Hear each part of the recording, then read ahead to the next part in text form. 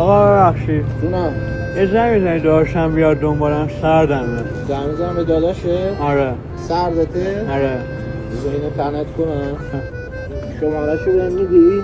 938. اسمت چیه گل پسر؟ نیکان. آقازاده اینجاست، اسمش نیکانه، میگه برادرته، منتظرته بیای دنبالش. خانم کی میای؟ بنده خدا سردشه. سلام آقا، نمیتونم بیام دنبال نیکان.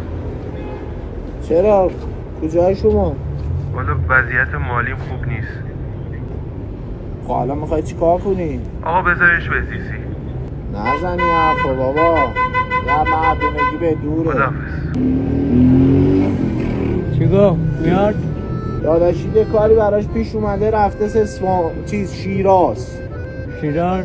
آره یه چیز کاری براش پیش اومده، مأموریت. خب یه چند روزی ببرش پیش خودت. منم به چه اصفهانم، میای بریم خونه ما اصفهان با هم دیگه تا داداشی از اون بیاد دنبالت یه چند روزی. آره پیش من باش، میبرمت میدون شاه، میبرمت بیرونی ها اصفهان، با هم دیگه میتابیم. آخه اون بدون من نمیتونه بخوابه.